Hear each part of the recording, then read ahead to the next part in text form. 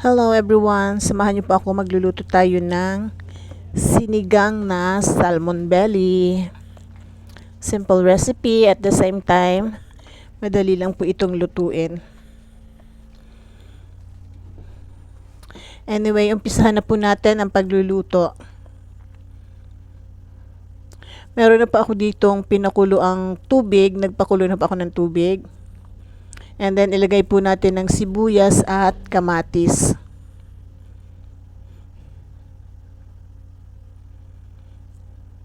Isabay na rin po natin ang okra.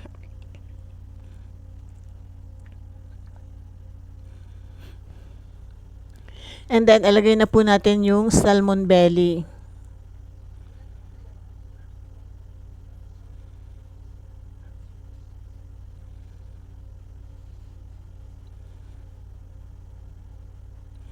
Isabay na rin po natin ang pechay.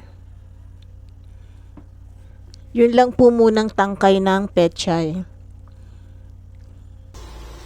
So, eto na po, hindi na po, pasensya na po, hindi nakita sa video yung paglagay ko nung pang-asim.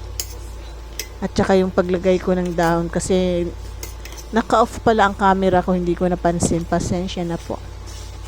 Anyway, ito na po yung ating sinigang na salmon belly. Luto na po ito and ready to serve na po. Konting minuto lang po. Lagyan na po natin ng siling haba. So, yun lamang po mga ka-grandma. Thank you for watching. Bye. God bless.